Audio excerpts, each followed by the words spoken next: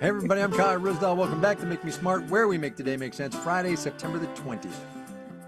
And I'm Kimberly Adams. Thank you, everybody, for joining us on our live stream, our YouTube live stream. This is Economics on Tap, our weekly newsy and boozy, sometimes, at least on my end, happy hour episode. We are going to do some news, and then Drew's going to join us after the break for a game. But first, let us talk drinks. Mine is not boozy again, since, as I told you this, right? I'm taking September off for some stupid reason. You did mention that. We had that whole Sober September thing. Right. Yeah, and I could really use a beer. Anyway, I'm having a cup of coffee. What are you having? So I ordered this really cute thing from the delivery place. It's like a little sake cup, and it's got this cute little design on it. I thought it was adorable, and it's got the lady has a little cat on it. It says Chica Sake Cup. So I'm having sake, and it's going to take me a second. That's a lot of sake. You having all that sake? Well, I'm not going to drink it. Well, that's why it has a lid, so you can like not drink it all at once. And I have a cup, so no, that is way too much sake for one sitting, for sure. Wow. But anyway, it's going to take me a minute. All right, so I'm checking the chat here. Jeff Utz, I'm sorry, it's been nice having you along, but you can't come anymore. Sam Adams, Pumpkin Ale. Dude, man, do you not know? Do you not know? I think he does, and he's trolling you. I think he does. DM Pyron 2 is having a Herradura Reposado on ice. One drink this month, failing kidneys. Oh, boo. Sorry to hear that. Well, I hope you enjoyed that one. No joke. Lele has 621 has a raspberry lime Ricky flipping out with a grapefruit soda. What is a lime Ricky? Do you know? I do not. All right. Well, I do not, but I'll bet we'll find out in a moment. Yeah. Kat has an Aperol Gin Mule. Okay. Wow. Let's see. All right. Non-alcoholic pumpkin from The Athletic. So there's a non-alcoholic pumpkin beer in the mix. Oh my God. That Jason Shotman is drinking. Fair enough. Chris Garcia is having green juice from Mendocino Farms. Man, Mendocino Farms make a really good spicy turkey sandwich, but that's a whole different thing. Yeah. Barbara's drinking a South African Sauvignon Blanc. And very nice. Peg has a Carmenere.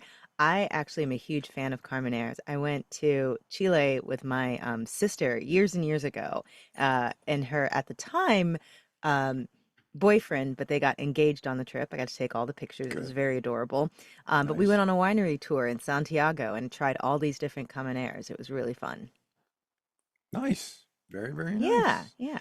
All right, shall we do my news first, because mine is extra grim, and I want to. Yours is less grim. Well, anyway, let me not condition everything. We should tell people yours was. I mean, mine was yours because you beat me to it. But anyway, go ahead. What do you got? Yes. Anyway, so one of our producers, Dylan Miettinen, posted this in one of our Slack channels, and it's a very long read, but so worth it. It's from the Marshall Project, which is a criminal justice focused news organization. And the headline is "The Hardest Case for Mercy: Inside the Effort to Spare the Parkland School Shooter." And this is a deep dive into what the legal team defending Nicholas Cruz went through to try to convince a jury in Florida not to give this child the death penalty. And it was extraordinarily controversial at the time because of the just viciousness of the crime and the, the planning of it. And he clearly knew exactly what he was doing. And they made an argument, these defense attorneys and the investigators that were working with him, and there are these people who they're called mitigators, who basically try to convince juries that even when someone is guilty, there are mitigating circumstances to their life that make it so that they deserve mercy.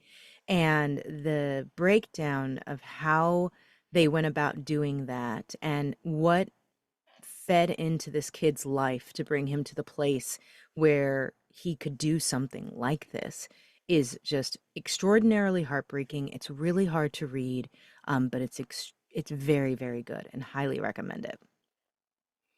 And I'll just give you one of the takeaways, actually. Yeah, go ahead. Yeah, I'll give you one of the takeaways, which is that it turned out that his mother drank a lot a whole lot during her Right. pregnancy with him, in addition to likely using drugs.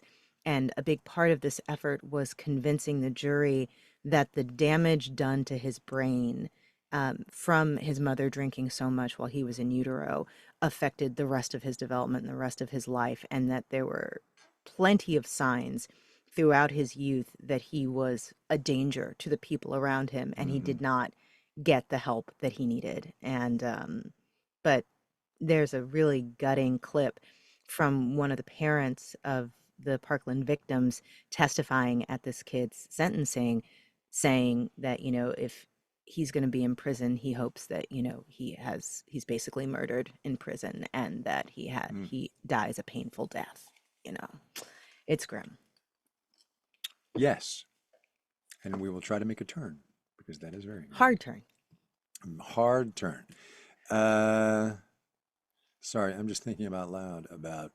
No, we don't want to do that. Never mind. So I will make the turn and I will do it this way. In Mm-hmm. March of 1979, I was in Mr. Coleman's 10th grade honors history class when we found out that there was a meltdown in progress at the 3 Mile Island nuclear plant. And Mm-hmm. that accident defined the energy conversation in this country for a very, very, very long time. So I was gobsmacked to read today. I think Bloomberg had it first, but there was an announcement actually officially today that the owner of that plant, Constellation Energy Corporation, is going to restart the other reactor on that site. There's the one that melted down, which has been closed forever. They're going to restart the other one that was shut down in like 2018 or 2019 because it wasn't economical to run anymore. And they're going to Mm-hmm. sell all of that power to Microsoft for 20 years to power its AI systems, which is gobsmacking on so many levels, right? Microsoft obviously wants clean power. And before you at me, say what you will about nuclear power, many, many Mm-hmm. dangers. Carbon emissions are not one of them, right? Microsoft wants clean power. It needs clean power. It needs AI to work so that it can have a future. And so it went an unbelievably unconventional route. It's kind of wild. But let's talk about what you just said. Microsoft wants to power AI with clean power.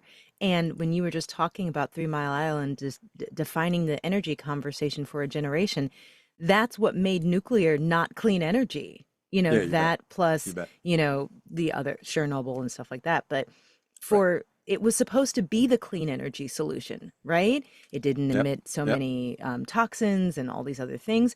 And now it's sort of circling back to being part of the clean energy conversation, because there's just Mm-hmm. no way to do it Because without the necessity is nuclear. there. Right. Yeah. So Yeah. my oldest son, who lives in Washington D.C., was on vacation a couple of weeks ago, and he and a bunch of friends went to this lake in All Helen, God, Virginia. I don't know exactly where. And they're on a lake, and we were talking. He's like, "Yeah, the water's really warm. I wonder if it's connected to the nuclear plant that's here." And I'm like, "Yeah, it is. They use it for cooling water, and then they put the hot water back into the lake and suck in the colder water." Yeah, yeah, it was wild. It was wild. So nuclear is Did he swim in it? clean. Yeah, he did. Nuclear Okay. is clean, right? But it's not clean. Hmm. Yeah, yeah. Yeah. Anyway, that one kind of blew me away this morning when I saw that one. It's wild. I actually used ChatGPT today, trying to Did figure you? something out, because you know, I don't use it that much, but this was a very complex thing, and I was like, I think ChatGPT will be able to answer this for me. I knew the size of a mortgage payment, and I was trying to assess what the associated loan cost Oh, was with it. And that's some math that I don't even know how to formulate the problem.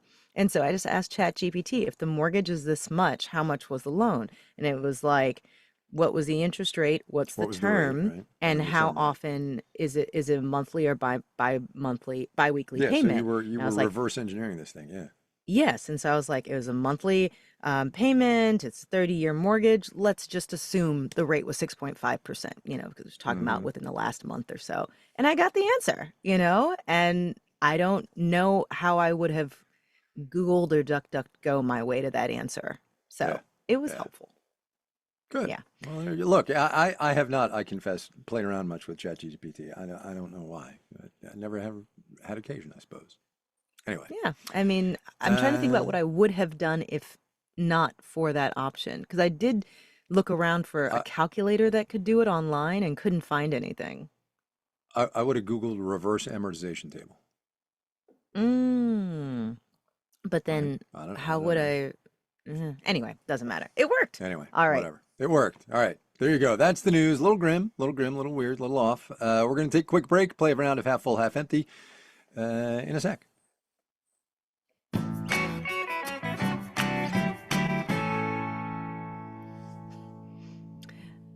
Adam Fierce in the chat says, simple math. Yes, I'm a math snob. Yeah, right. Thanks. That's not, yeah, no. Thanks, Adam. Journalists doing Thanks. math. Journalists doing math. We don't. It's not a good look for us. All right, Hmm. welcome back. It is now time to play Half Full, Half Empty, hosted by our very own Drew Jostad. Drew, take it away. All right. Amazon's new policy is to require its workers to be in the office every weekday. I think it starts next year. Are you half full or half empty?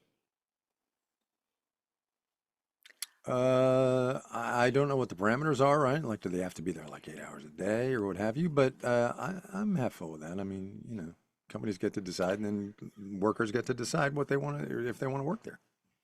Yeah. I happened to speak to an Amazon worker affected by this earlier this week, who's literally now shopping for a new house because of this return to work policy, and the commute would be too Oh, long to go in every day. So I feel a little bit badly for them. So I'm gonna have to say half empty.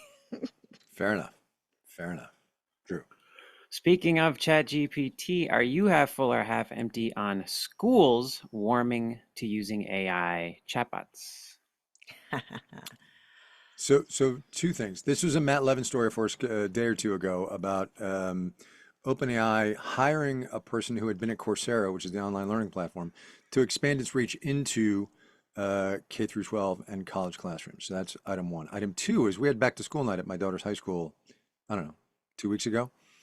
And Hmm. the AP Lit teacher spent like a good 3 minutes of the 12 minutes they have at back to school night telling us to make sure that the kids didn't use AI on any of her writing projects. She was dead freaking serious. So I don't know. I mean, look, AI is coming. The kids have to know how to use it, but it has to be Hmm. done responsibly, he says about so many things in this society. So Justin Staub in the chat says full as a teacher. Hmm. And I have heard Interesting. from Sure. several teachers and professors who find it incredibly useful as a tool to help, as Matt pointed out in the story, develop lesson plans Hmm. and to come up with creative ideas for assignments and things like that.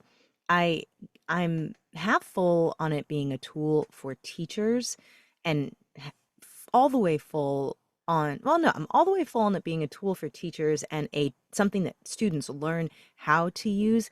I'm still half empty on kids using it for schoolwork. Right. I think Right. they need Right. to Right. develop the skills to do it in their brains. Like I wish I had the math skills to do what I was trying to do earlier. I really do.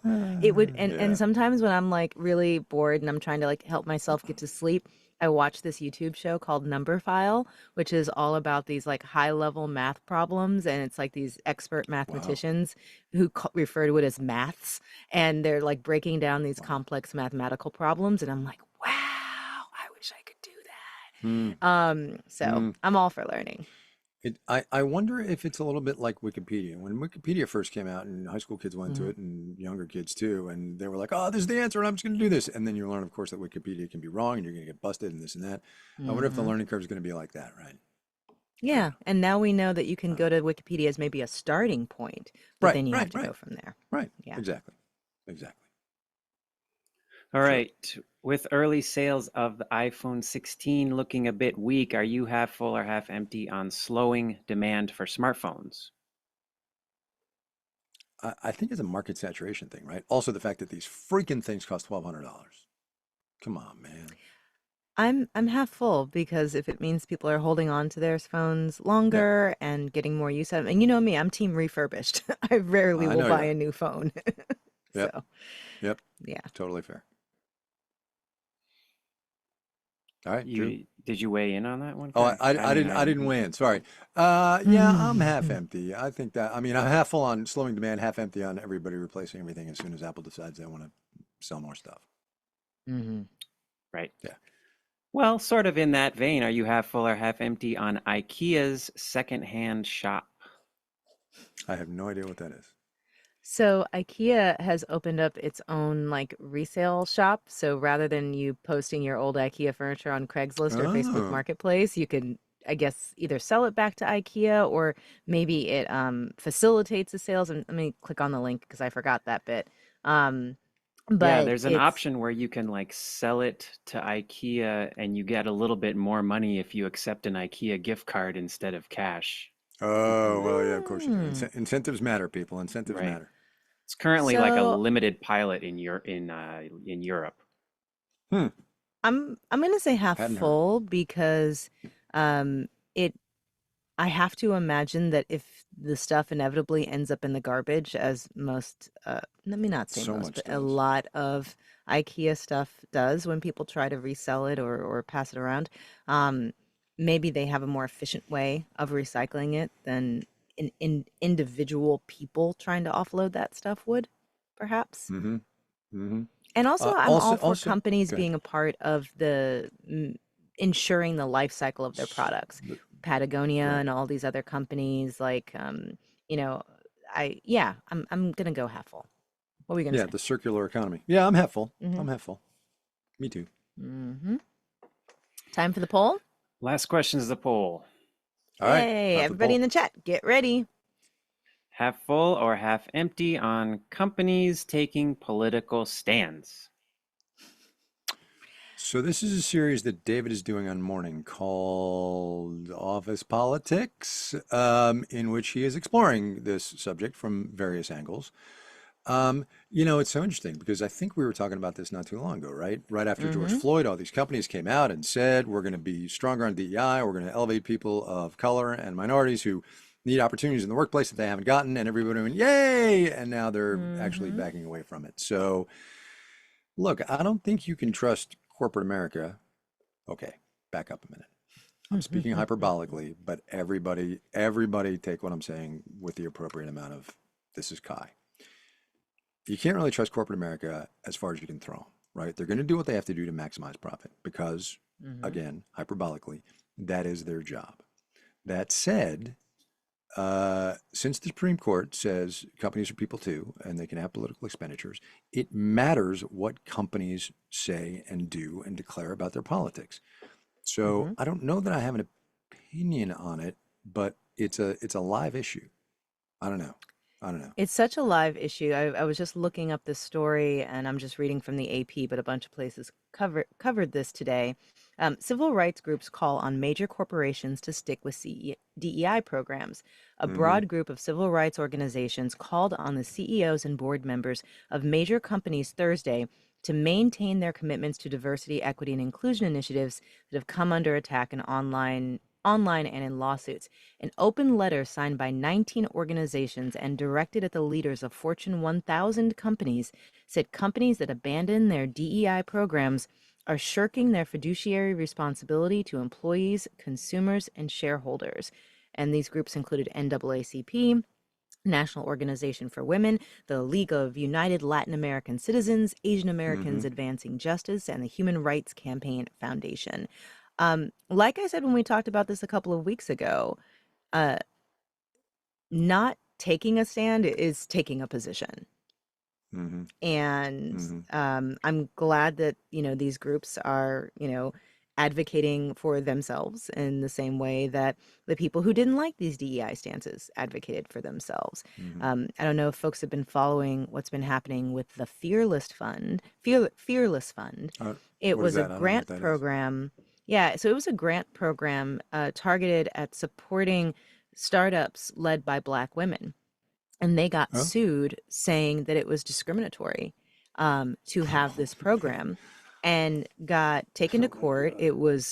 It was not going well, and they ended up having to cancel the program. Like, it was not looking good, and they were losing.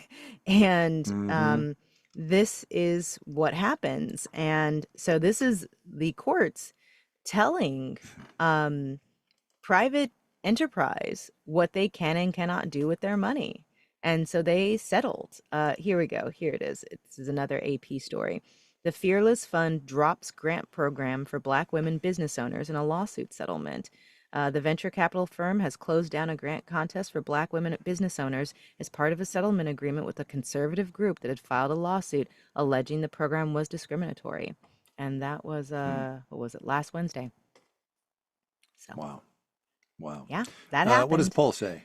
Yeah. What The does poll say? says half empty on companies taking a political stand, 57%. Half full, 42%. Interesting. Huh. Closer than I think I would have thought. Did you Yeah, think it I was think going to that's go true. the other way, that more people would support No, I companies thought it was. taking a I thought it was political going to be. stand? I thought it was going to be 75-25, half empty on taking a political stand. So Yeah. it's just not worth it to them. Yeah, that's what I think. Anyway, Yeah. so there we go.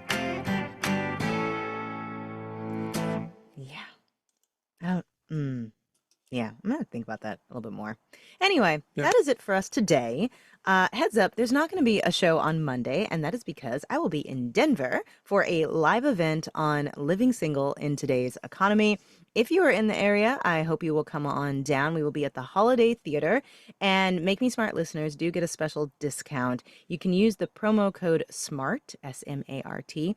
And for those of you who can't make it in person, you can join us on the live stream at 6:30 p.m. Mountain Time. We'll have a link in our show notes and in the YouTube chat, so you can find us Monday at cpr.org, like coloradopublicradio.org, cpr.org/marketplace-live.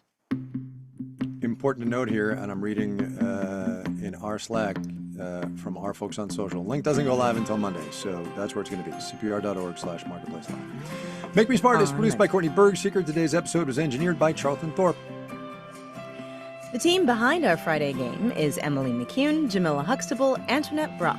Marissa Cabrera is our senior producer, Bridget Bodner is our director of podcasts, and Francesca Levy is the executive director of digital and on demand.